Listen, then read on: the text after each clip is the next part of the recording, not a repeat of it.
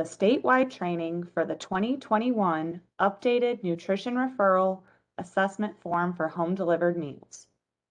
My name is Melanie Kluzik, and I am the registered dietitian nutritionist for the Illinois Department on Aging.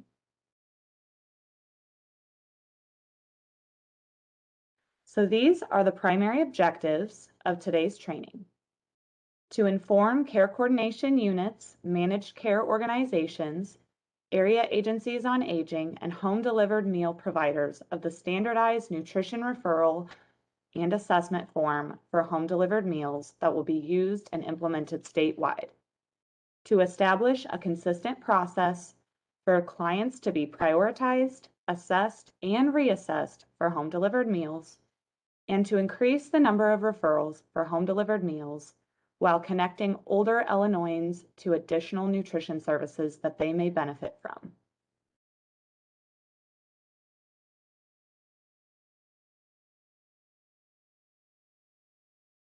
So a little review on the area agencies on aging. The state of Illinois is divided into 13 planning and service areas, which we will refer to as PSAs. The Illinois Department on Aging has designated 13 area agencies on aging as well. And the AAAs are community-based service agencies. All of them are not-for-profit except for the city of Chicago. Each AAA is independent and has its own board and advisory council. And the area agencies on aging, their responsibilities are contained in the Older Americans Act of 1965. The Aging Network in Illinois. So at Illinois Department on Aging, that is the top level of the Aging Network here. And here at the department, we provide federal Older Americans Act funding and state funding to the area agencies on aging and oversee and guide their activities. The AAAs plan, procure, fund, manage, monitor, and evaluate these services to seniors and their caregivers. The AAAs fund local service providers to deliver these needed services. The area agencies on aging advocate and represent the interests of older persons and their caregivers. The Older Americans Act Home Delivered Meal Eligibility Guidelines. So a client is deemed eligible by an in-home assessment conducted by a CCU, MCO, or the nutrition provider themselves. Under circumstances when an in-home assessment cannot be done in person in the individual's home, such as the pandemic that we all faced this past year, or they're in the hospital, it may be conducted by telephone. The following are the minimum eligibility criteria: age of 60 and older, frail, disabled, isolated, and/or homebound, a spouse or disabled individual that is living with the client may also be eligible for a meal. However, we would encourage that if it is appropriate to offer that spouse or individual a congregate meal, if it is appropriate, rather than a home delivered meal for them as well. And then also they must live within the service area. So a little bit more about home delivered meals.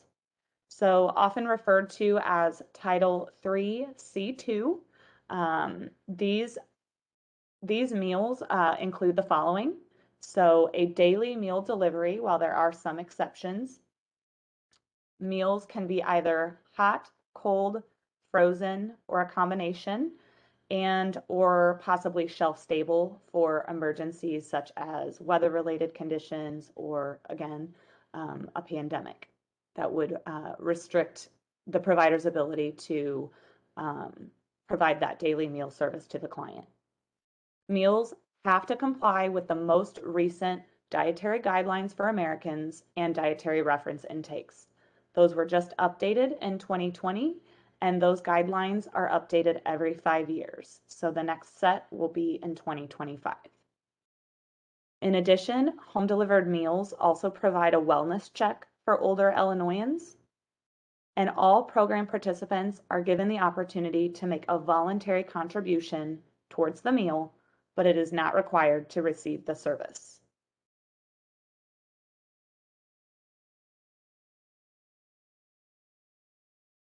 This is the most recent national survey of older American Act home delivered meal participants. So the 2018 data from this survey confirms that home delivered nutrition programs are effectively targeting their services. Approximately 60% of these individuals live alone, compared to 25% of the US population that is over 60 years old.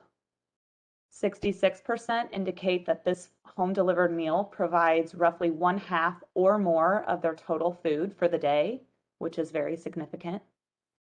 76% of participants have difficulty getting outside of their home and a limited ability to shop for food. So again, this program is effectively targeting those that are in most need of receiving meals. Nearly 88% of participants rate that the meal is good to excellent. 90% of participants say they eat healthier because of this program.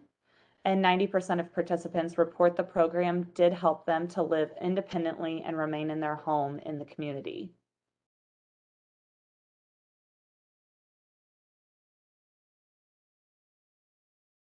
So, what are the benefits of home delivered meals for managed care clients? So, just really thinking about what is the return on the time that's invested in completing that home delivered meal referral.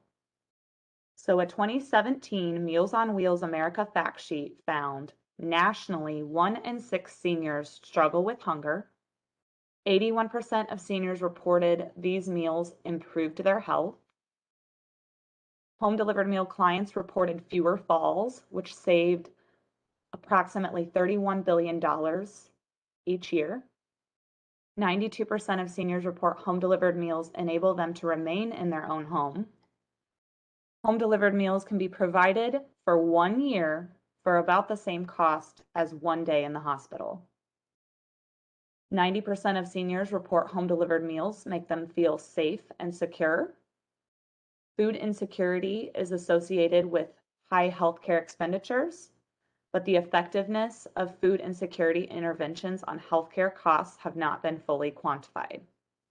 So we know, as we stated, 1 in 6 seniors struggle with hunger, and food insecurity at its core is one of the biggest determinants of health that we're focusing on, and these meals are addressing that.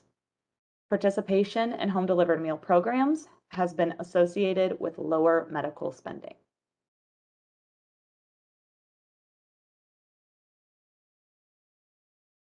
So, what are managed care organizations' responsibilities for home delivered meals?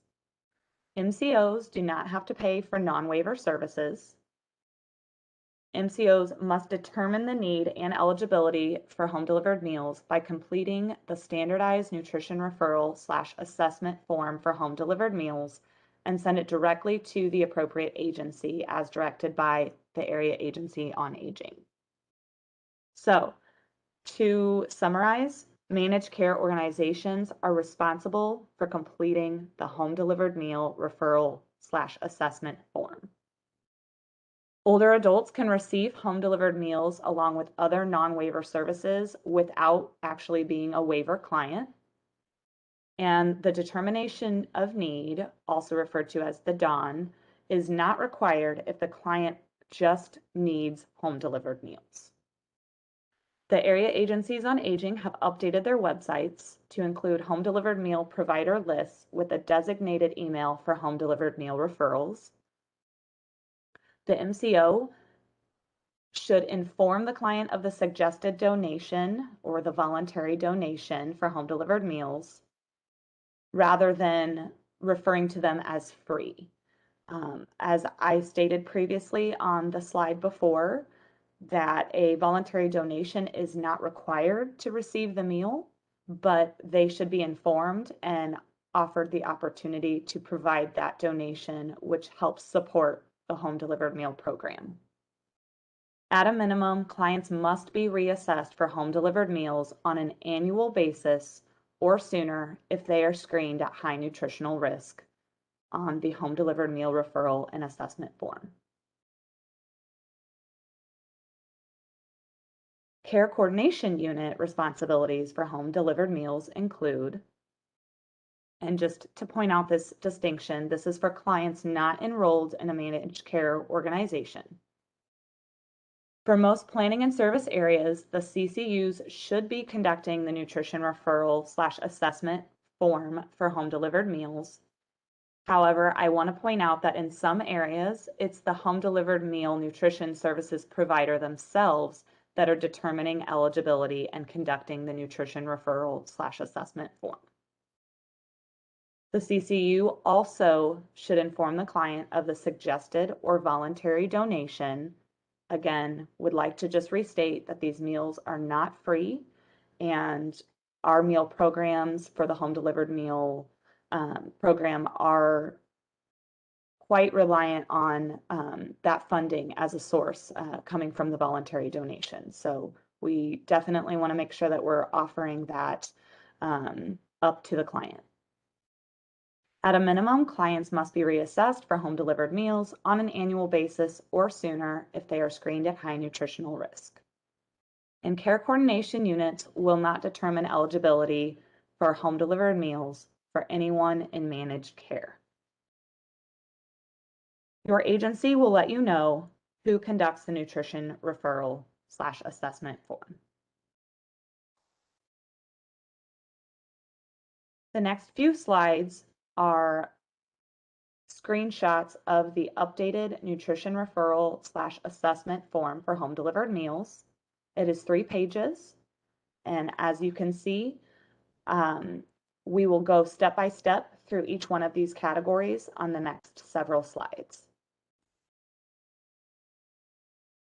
This form is revised and updated and will be effective starting July 1st of 2021. This form is required to be utilized by everyone statewide to ensure uniformity in the process. The form is a communication tool for all involved and must be sent to the home delivered meal provider anytime that it is updated. So again, this form is for care coordination units, managed care organizations, and the nutrition provider themselves to complete, depending on the area in the state that you live.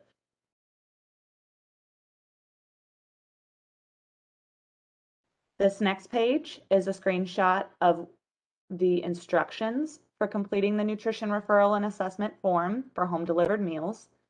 It is 11 pages, and this again is for MCOs, CCUs, and home delivered meal nutrition providers completing the form to refer to. So let's break this down. Starting on page 1, for general instructions, the newly added new client checkbox and reassessment and ineligible/termination boxes are now available and are new to this form. These boxes should be checked appropriately based on how the assessment is being completed. For new clients, check new. For the annual reassessment or sooner if indicated, check reassessment. For someone who is ineligible or being terminated, check this box and indicate the reason.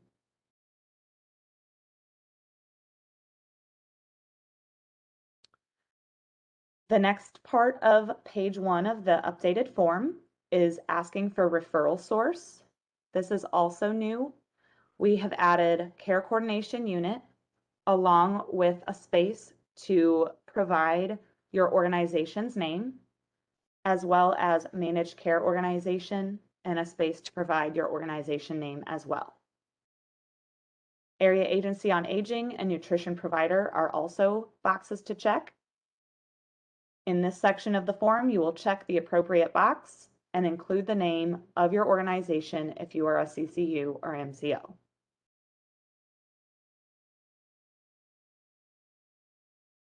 This is not new, but it has been modified slightly on our form. So these are the days to provide meals to the older adult.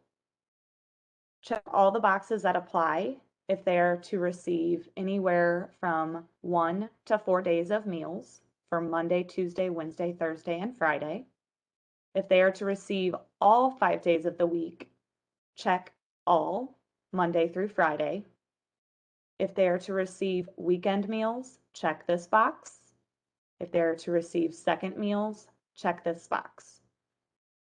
You can check all of the boxes that apply, but it is important and vital that you check with a home delivered nutrition provider to verify that they offer, for example, weekend and second meals. So again, the managed care organization or the care coordination unit should check the AAA website in their planning and service area where the nutrition provider is located to determine what meal options are available for the client. Most nutrition providers downstate only have the resources to provide 1 meal per day, and generally that is a midday meal. Second meals would be preference for supper meals. And please note that some options may not be available in a certain service area. Types of meals and special notes.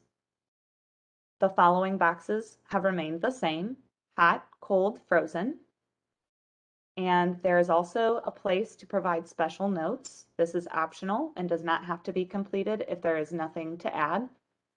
The managed care organization or CCU completing the form must check the Area Agency on Aging website in the planning and service area where the nutrition provider is located to determine what type of meal options are available.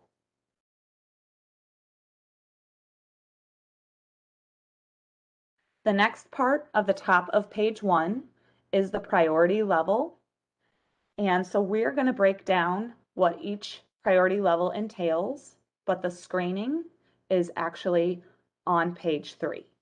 So this part of the form cannot be completed until the screening is completed.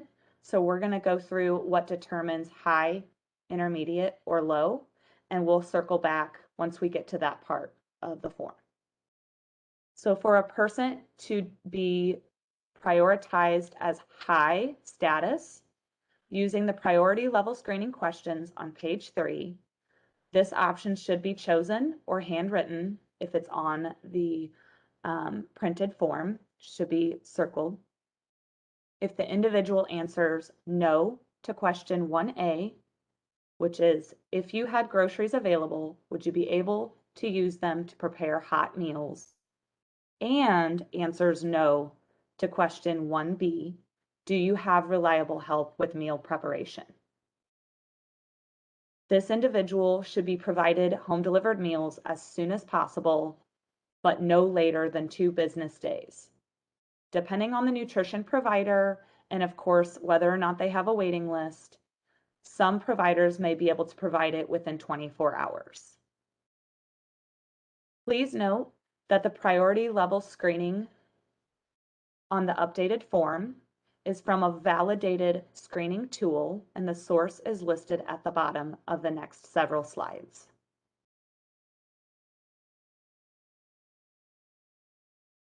The priority level screening questions were added to assess priority level for home delivered meal services and to identify alternative and or additional nutrition services that the individual may benefit from.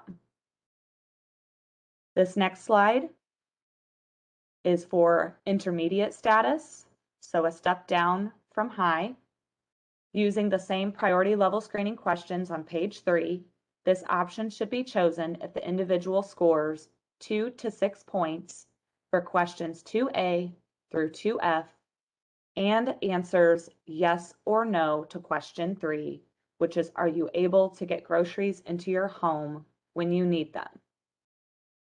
So the distinction with question 3 is if they respond no, then they may benefit from additional services, which we will get to on the next slide. But whether or not they answer yes or no, if they score 2 to 6 points, they are considered intermediate priority level. These individuals should be prioritized above those at the low level, and they should be provided home-delivered meals within 5 business days or sooner if there is not a waiting list and resources are available.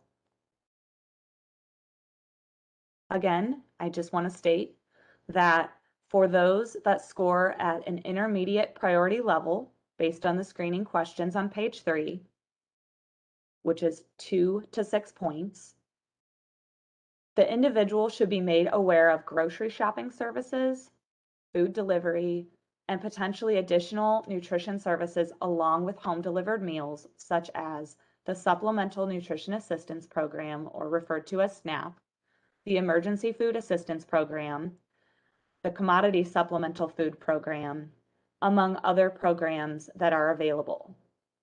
This screening tool is designed to assess the participants' level of food security. And so those that score at intermediate status may benefit from more than just home delivered meals. So it's important to try to determine what additional services this individual would benefit from.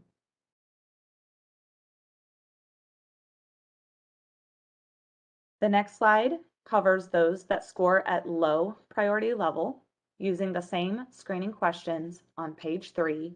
This option should be chosen if the individual scores 0 to 1 points for question 2 through 2A through 2F and answers yes or no to question 3. Are you able to get groceries into your home when you need them? These individuals should be prioritized last over those that are intermediate or high status. They should be provided home-delivered meals within 10 business days or sooner if there is not a waiting list and if resources are available. And I would just like to remind all of you that anyone completing this form, whether you're a care coordination unit, a managed care organization, or the nutrition provider, should make the individual aware of additional resources that they would benefit from. For example, if someone scores or screens at low priority status and answers no to question 3, then this individual should be made aware of grocery shopping services or food delivery that is available in their area. This next slide is the original expanded food security screener home delivered meals prioritization tool, which was embedded into the statewide standardized nutrition referral / assessment form for home delivered meals. The priority levels were combined, so it is slightly different, but I wanted to provide all of you the standardized and validated tool that was used to be embedded into our form so you could have it as a reference. So as you can see, this next slide covers all the questions that are asked that were embedded into the form and how we grouped the priority levels based on question 3 for intermediate and low individuals.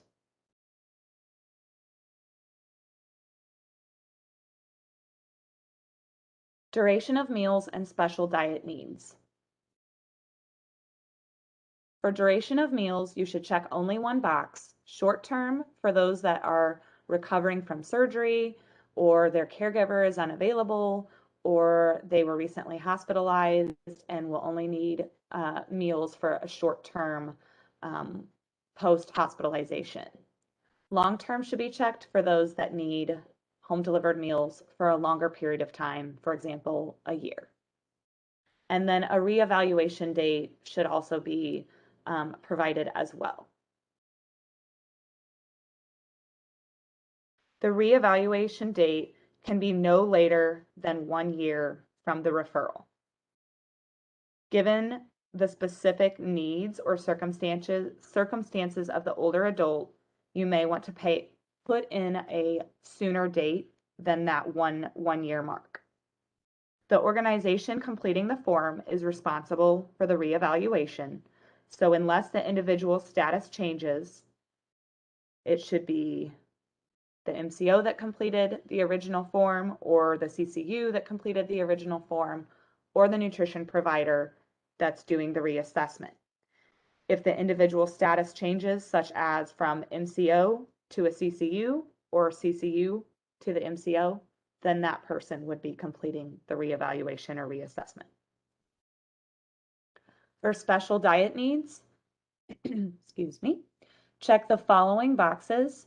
General for the standard diet.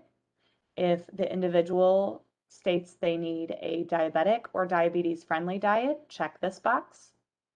If they need a low sodium or reduced sodium diet, check this box. If they have a different diet or special diet need outside of those three top choices, select other and please specify which diet they need. When feasible, the provider will supply a special meal to meet the dietary needs of the client. Moving on to the demographic information on page 1, many of these categories did not change. One of the newest items that was added was zip code. This was added as a way to determine geographic distribution, and it is a federally required component.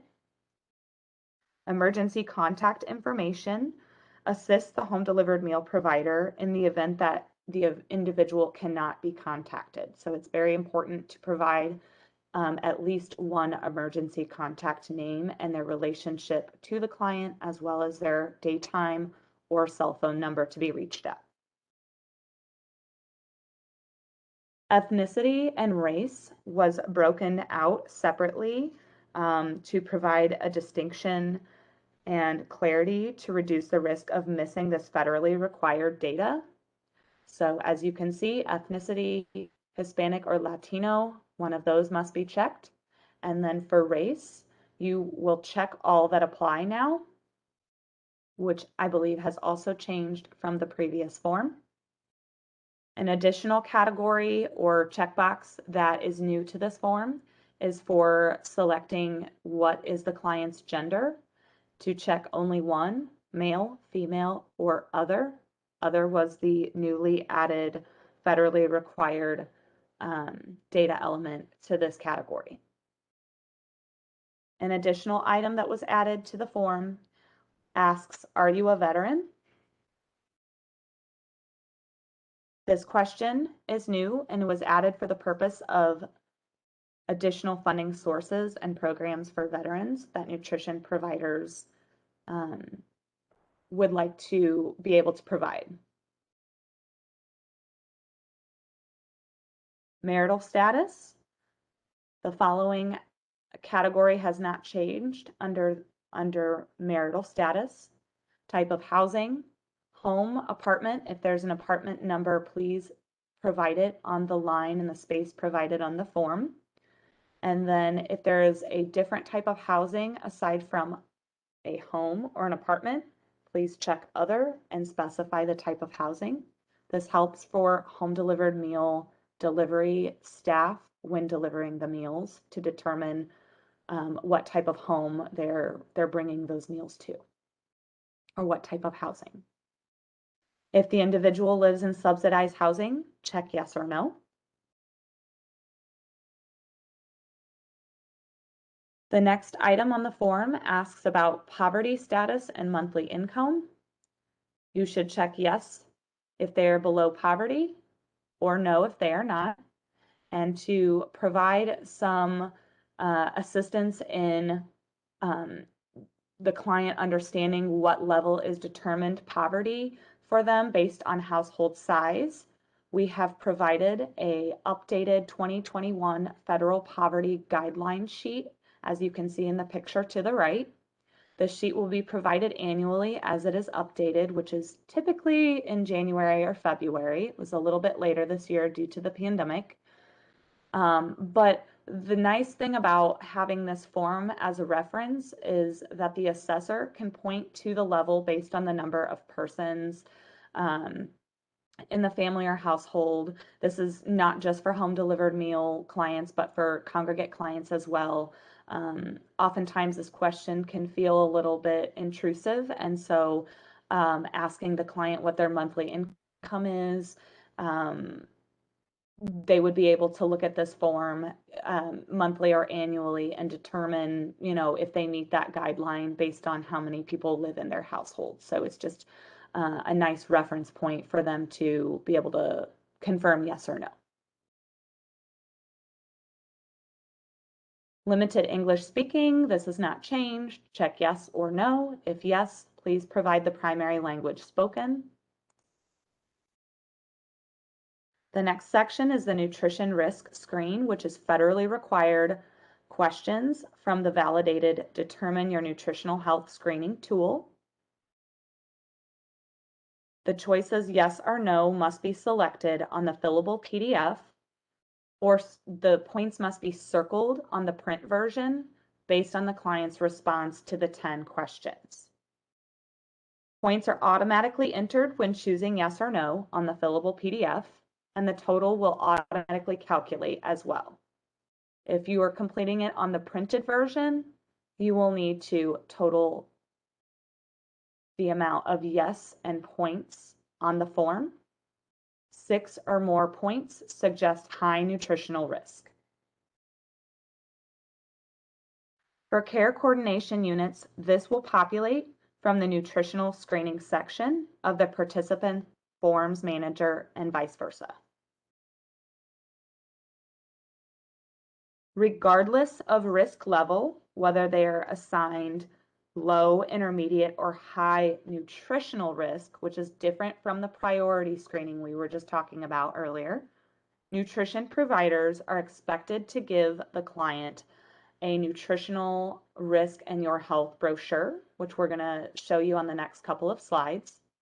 So everyone must check this first box. Nutritional risk was explained to the client. And we must do more than just check the box.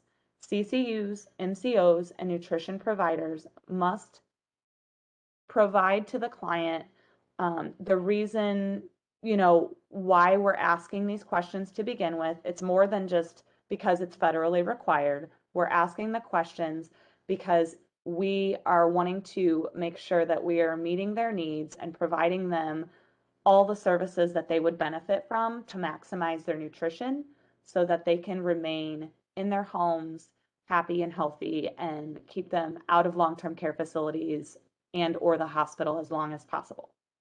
So again, I just want to reiterate, the box must be checked by the assessor, no matter who is completing the standardized nutrition referral and assessment form, regardless of their risk level. The next box must be checked for those that score 6 or more points, which is considered high nutritional risk, and a recommendation should be made to the client to follow up with a healthcare provider. This screening does not confirm nutrition risk. It is suggestive of nutritional risk. Again, it's a screening.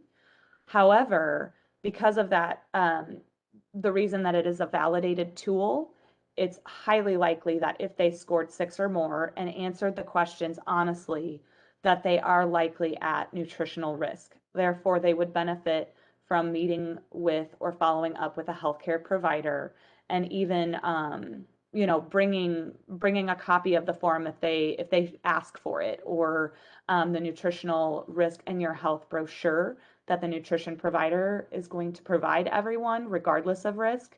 They can bring that brochure to their provider and discuss their concerns with them. So that box needs to be checked by the care coordination unit or the MCO or the nutrition provider, whoever the assessor is, if the client screens at high nutritional risk. And that recommendation should be made to follow up with a healthcare provider based on how they answered the questions and how they screened at high nutritional risk. This is the brochure that I was just referring to.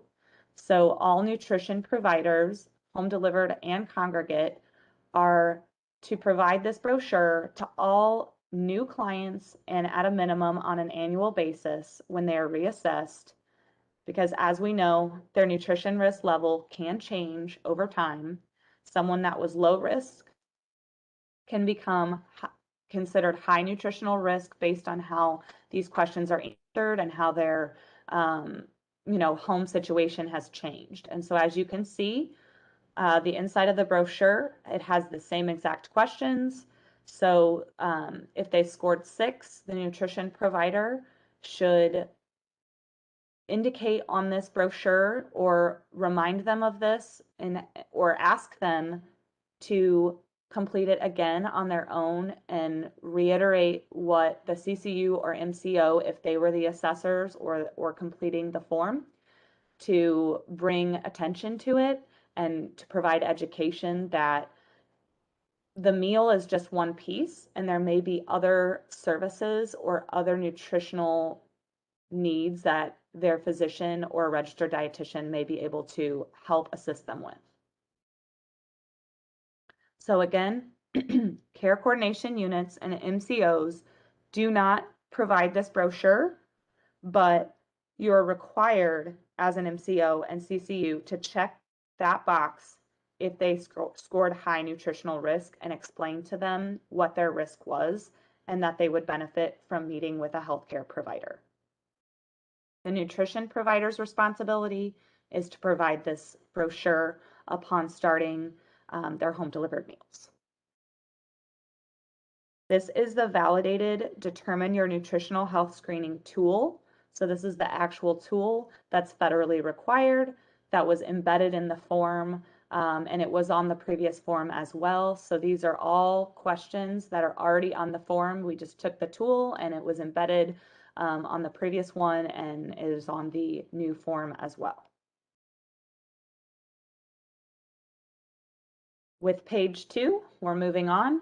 Impairment or problem with activities of daily living. So ADLs, IADLs, these are also federally required data points.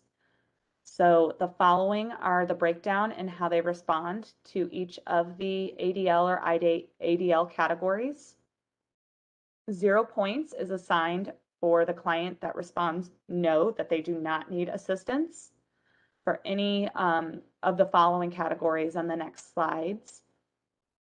Yes, for minimal assistance, assigns the client 1 point, a score of 1 for any function that indicates the older adult performs or can perform most essential components of the activity with or without existing assistive device, but some impairment remains for which this older adult needs some sort of supervision or physical assistance to accomplish some or all components of that activity.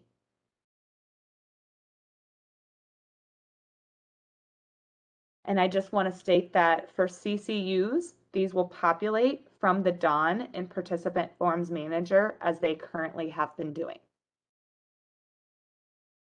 The next category for responding yes is moderate assistance required, and that is a score of 2 points. A score of 2 for any function that indicates the older adult cannot perform most of the essential components of that activity, even with an existing assistive device, and requires a great deal of assistance or supervision to accomplish this activity. The next response of yes, which is the highest, which is extensive assistance required, is 3 points for that category, and a score of 3 for any function indicates the older adult cannot perform the activity and requires someone to perform the task, although the older adult may be able to assist in small ways, or they require constant supervision. And then the last choice may be no or unknown. And this is actually 4 points because the assessor is unable to determine the need for assistance. The client needs assistance, but refuses or does not provide an answer. So it just kind of draws more attention. And so if you're wondering why there's more points assigned to it, that is why. So 4 points for no, which is unknown. For CCUs, participant forms manager will total the scores for you. And when using the fillable PDF, it will automatically total based on the selections on the fillable PDF of this form. These are the following categories. They have not changed, so I'm going to skip over them, but these are all of the required responses of no, yes, 1 point, 2 point, or 3 points, depending on the level of assistance required, or no, unknown for all of these categories. Moving on. So for this section of the form, this is just additional nutrition information that the nutrition provider will benefit from. So we are asking who does the grocery shopping and how often. Can the older adult feed themselves? Yes or no? And if not, who assists? And then what type of assistance do they need? Do they need help with cutting the food? Check this box. Feeding? Check this box. Opening containers? Check this box. So the older adult should be asked if he or she can feed themselves. And if the answer is no, then we just need to make sure we provide who is providing that assistance in the space provided on the form, and then the type of help that they needed, the type of help that they need. Next up, is anyone available to prepare food? Yes or no? If yes, who? What days are they available and which meals? This also helps in determining, what additional services they might benefit from based on their health that they have or don't have.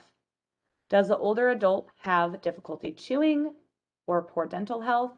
This is a new question. It replaced a previous question on the form that we felt was something that nutrition providers would really benefit from, since many older adults do have poor dental health or ill-fitting dentures. And so if they do have difficulty chewing and the response is yes, then there may be accommodations that can be made for that participant, to maximize the amount of nutrition that they're able to consume, or proteins or foods that maybe normally they have difficulty chewing with.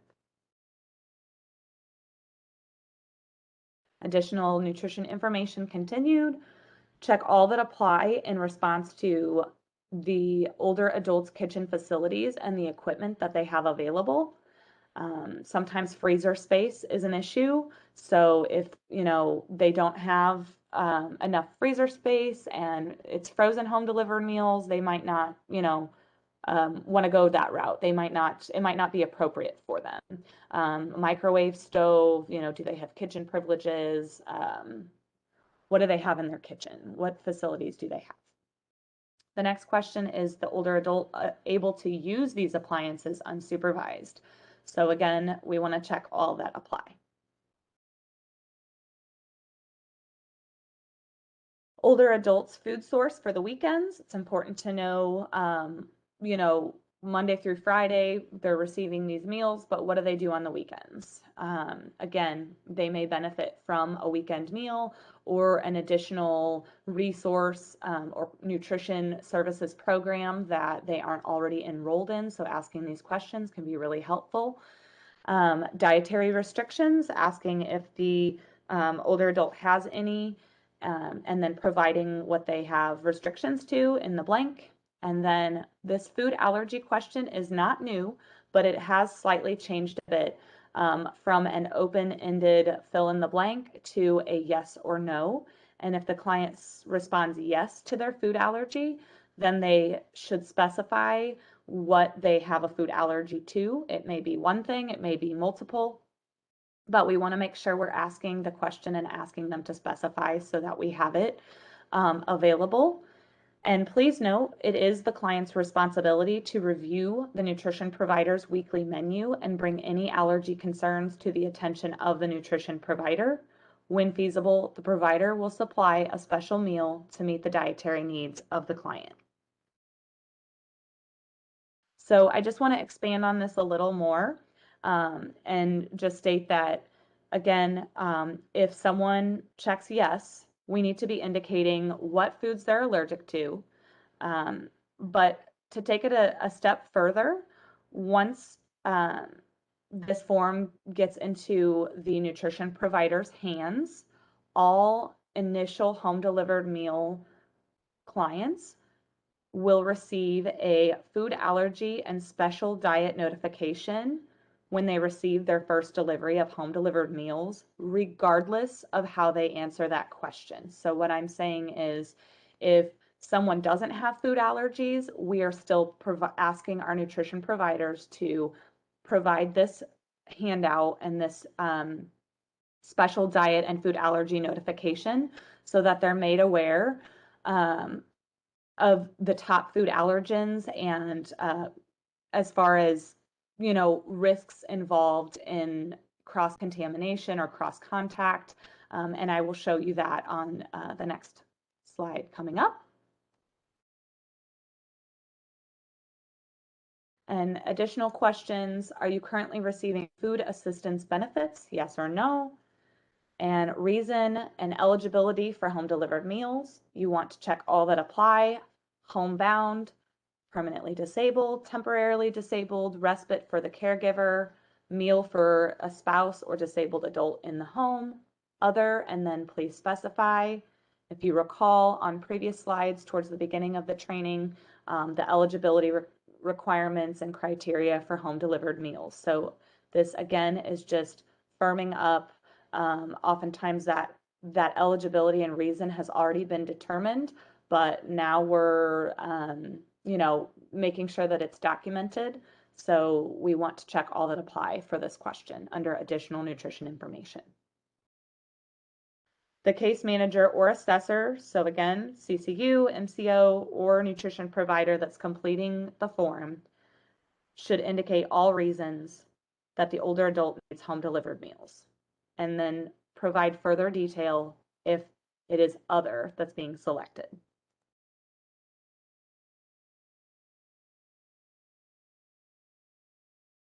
The older adult will benefit from home delivered meals because this is, again, kind of tied still to that eligibility and why and reason for needing and benefiting from home delivered meals. The assessor should check all that apply. So again, just indicating all the benefits for the older adult for receiving home delivered meals. And if other is chosen, the case manager or assessor should provide further detail. Currently receiving home delivered meals from another source, such as family members, friends, or a church, then you should select yes for the response to this question. Moving on to major health problems. Please check all of the boxes that apply in each of the following categories for ambulation, hearing, and vision.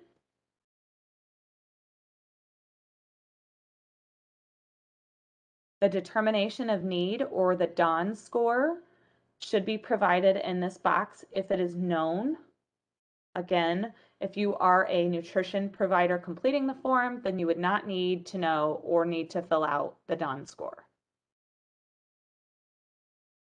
Other major health concerns, you will want to fill this out if the client has any other health concerns, major health concerns, when asking questions about their health problems, and provide it in the space on the form,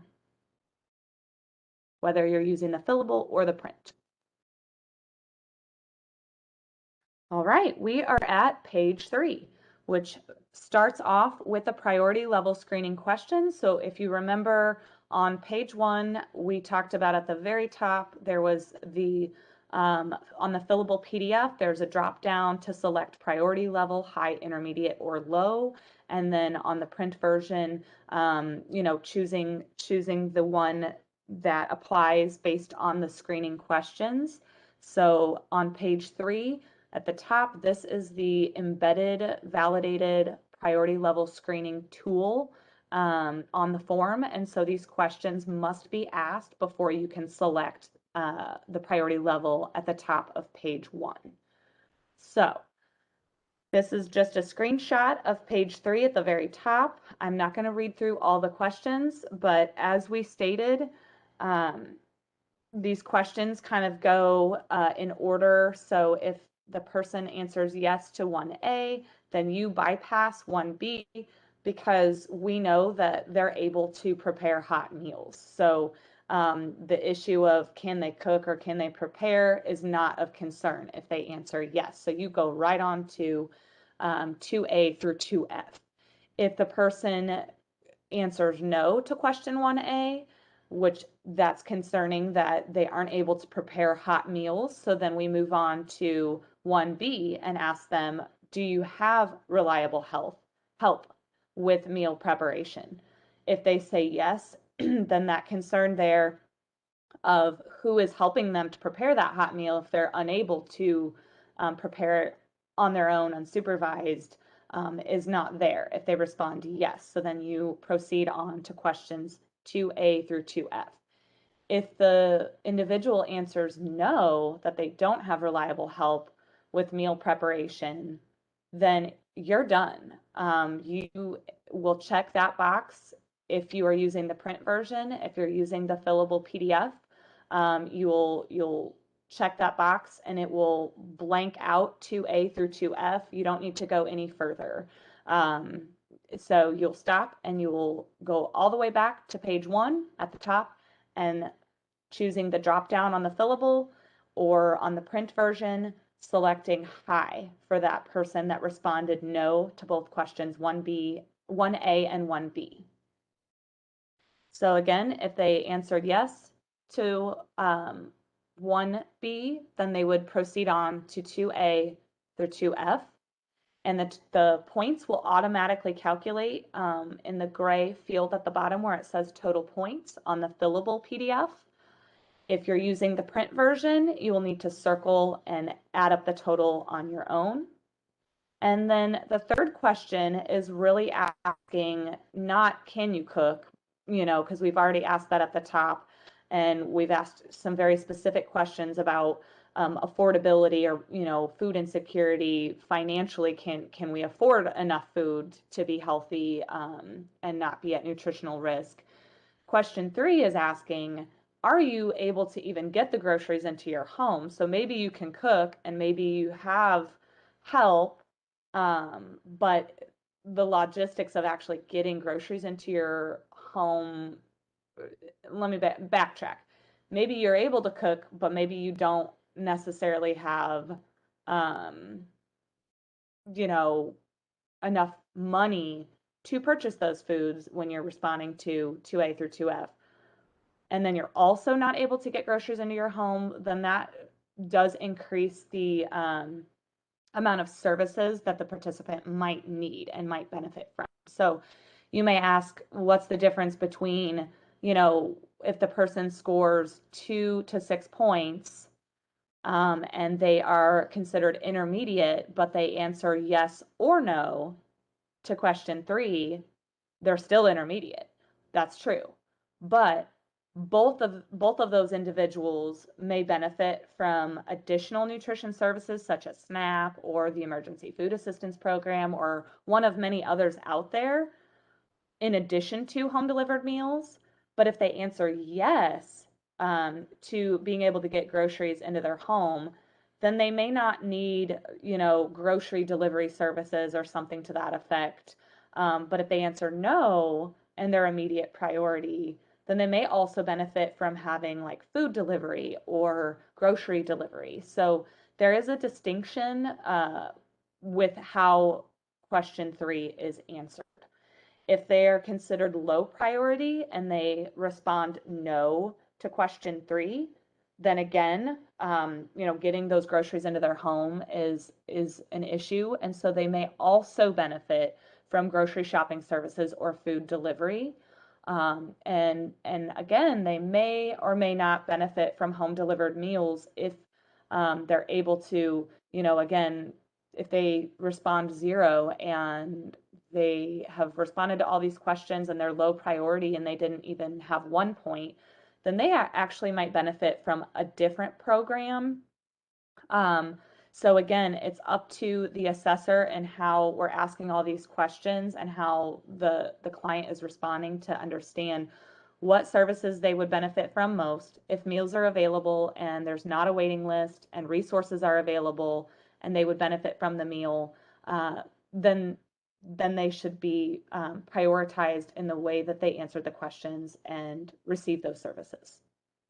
And then at the very bottom of this priority screening, it does say check the appropriate priority level box at the top of page 1. So it's just a reminder, we're on page 3, you're not done yet.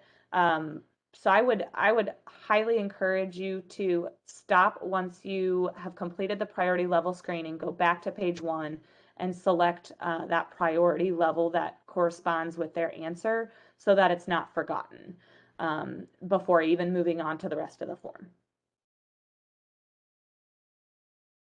Okay, moving on. So on page 3, there's a space for other contacts information. This would be for primary physician name and their phone number.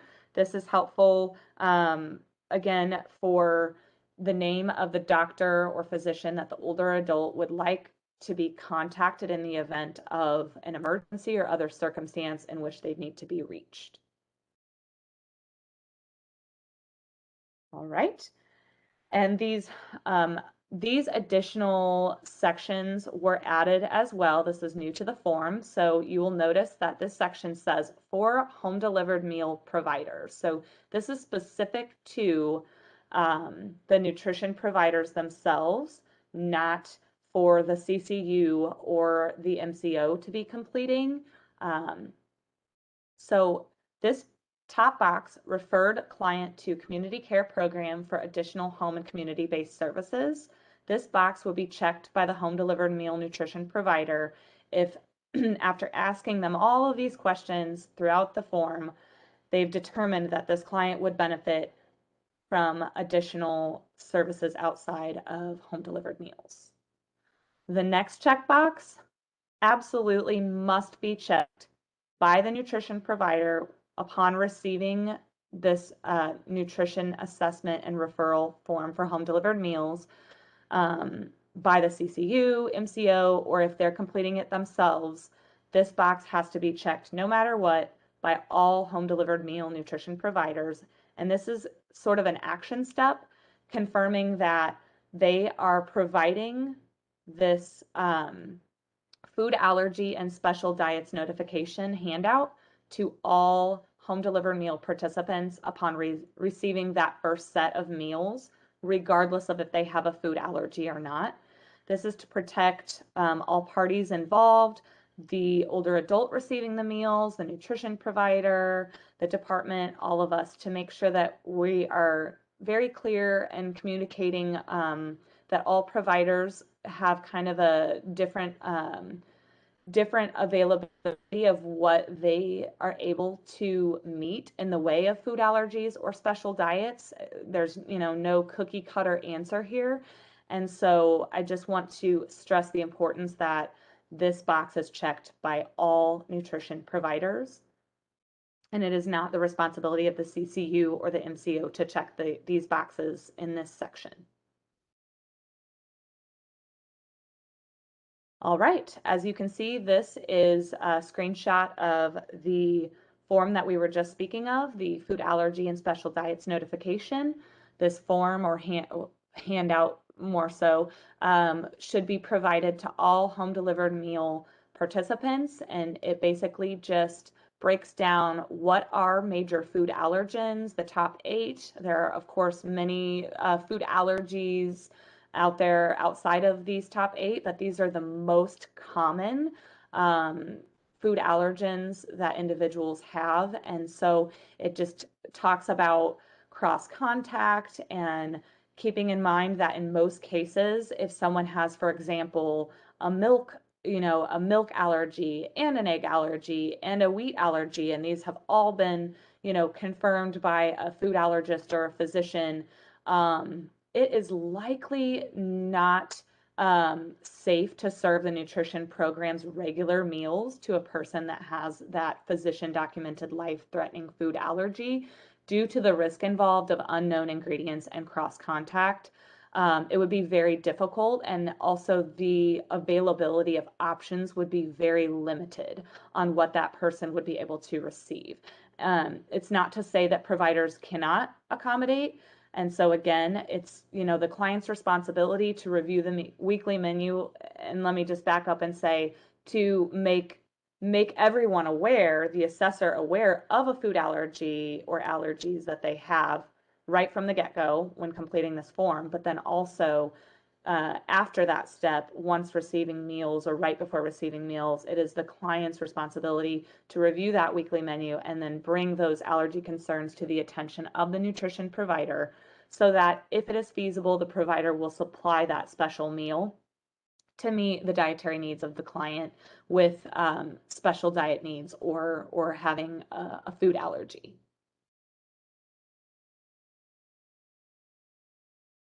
So again, just want to back up before we move on to the next slide. Just want to make sure that I made clear that the care coordination units and the managed care organizations do not provide that handout. The home delivered meal nutrition providers are responsible for doing so, but I just wanted to show you all what it looked like and what it entailed. Helpful for you guys to know that this is being provided by the nutrition provider to the client. Okay, moving on. So the very last step of the form, this is nothing really new. Some of the verbiage changed just a little bit, but authorization of release of information towards the bottom of page 3. So I give permission to provide the name of the case manager or assessor who will send a copy of the referral form to the meal provider and the name of the home delivered meal provider in those blanks, to discuss my needs with the home delivered meal provider, CCU, managed care organization, and or the AAA, and then obtaining that older adult's signature when in person. And a new addition to the updated form is that in light of the pandemic and other circumstances, oftentimes verbal consent might need to be provided instead of that physical in-person signature. And so if that is the case, then we need to check this box and also date that it was, the date should be signed regardless of whether the older adult signed in person. They should also date it, the date that they signed it, or the assessor should be checking the verbal consent provided if that was the method that it was received, and then also dating the date that they had that conversation, that verbal consent provided as well. And then I just want to kind of go over some of the Adobe Acrobat fillable PDF instructions. For the older adult signature, so if it's available to you, you would click on Fill and Sign under the Tools tab, click on Pen, Sign at the top of the form, click on Add Signature, choose Draw, and then use the cursor to sign the document, or if a touchpad, using their finger or stylus, and then click Apply to click Apply, and then click to place the signature. In the event that Adobe Acrobat signature option is not available, then the form should be printed out for the older adult to sign. And then the date, as I've already stated, should be entered that the older adult signed the form or provided verbal consent. And this can be done by using the drop-down calendar. All right, and then this next section is the certification. So I certify this older adult meets eligibility criteria for the home delivered meal program under the Older Americans Act. This will be where you provide the name and the phone number of the case manager completing the referral form, or you can write not applicable if the assessor was the home delivered meal nutrition provider completing the form. For organization, provide the name of the MCO, or not applicable if it's the CCU or the nutrition provider completing the form. And then provide the phone number of the MCO or CCU completing the form, the general email address of the organization completing the form, and then enter the case manager's digital or electronic signature or the assessor's signature if the nutrition provider is completing the form. Again, the case manager may need to create an electronic signature in Adobe, so just keep that in mind. If not, or if unavailable, you would print the form and complete it by hand. Date, home delivered meal start date, reassessment date, and termination date can all be entered by using the drop-down calendar. And then also providing the date temporary home delivered meals can be stopped for the older adults. So for example, if the meals are provided for like respite for a caregiver, or during recovery following hospitalization or an illness where the client is expected to recover and no longer be homebound, then that would be where you would provide that date for the termination date. Driver instructions, this is nothing new. Circle all that apply. If there is some other,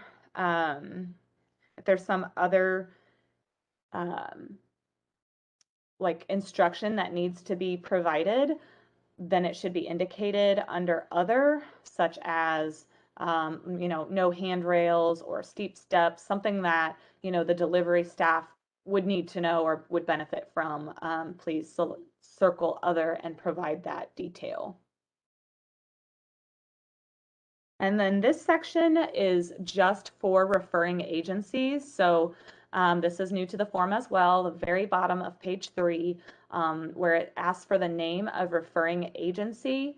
We would fill out the name, the address, and the phone number, and this was added to provide more effective communication between the home delivered meal nutrition provider and the MCO or CCU that is completing that initial referral, and for reassessment purposes. And then as the prior form allowed you to do, as far as printing, saving, clearing the form, this option is still available. So the case manager should then print or save the form prior to choosing clear form. This is for the fillable PDF version. CCUs can print the form from Participant Forms Manager as well. And that about wraps it up. So if you have questions regarding the form specifically, and you're a care coordination unit, you should contact aging.occs@illinois.gov. If you are a managed care organization and you're a case manager with questions about this form, you should contact your supervisor or HFS. If you're an area agency on aging, you should contact your regional coordinator at the Illinois Department on Aging. And if you are a home delivered meal nutrition provider that's completing the form and you have questions about this updated form, you should contact your area agency on aging. And just some additional information as a reminder, any questions about home delivered meals or other service programs can always be obtained through the senior helpline Monday through Friday, 8:30 a.m. to 5 p.m. Central Time by dialing the following numbers listed on this slide. And then also, very important to know, Adult Protective Services. If you need to report abuse at any time, call the 24-hour toll-free hotline by dialing one or the other phone numbers listed on this slide as well. And this last side is our resources. You should be able to access the following updated resources. If you're looking for the Department on Aging's website, you will see the link there. The Area Agencies on Aging, which includes the map and Area Agency on Aging Director information, address, phone numbers, emails. You can access it at that link. The Directory of Illinois Area Agencies on Aging, again, the contact information for all AAAs. And then if you're looking for a service locator by county, home delivered meal provider information, which includes days of the week and type of meal provided. As I stated previously, reaching out to the Area Agency on Aging and the nutrition provider to, or reaching out, I apologize, looking at the Area Agency on Aging's website to find the home delivered meal providers information is one way. And then there's also another way by accessing it by the provider locator or service locator in that bottom link on this slide. And that concludes our webinar and our training for today. Thank you so much and have a great day.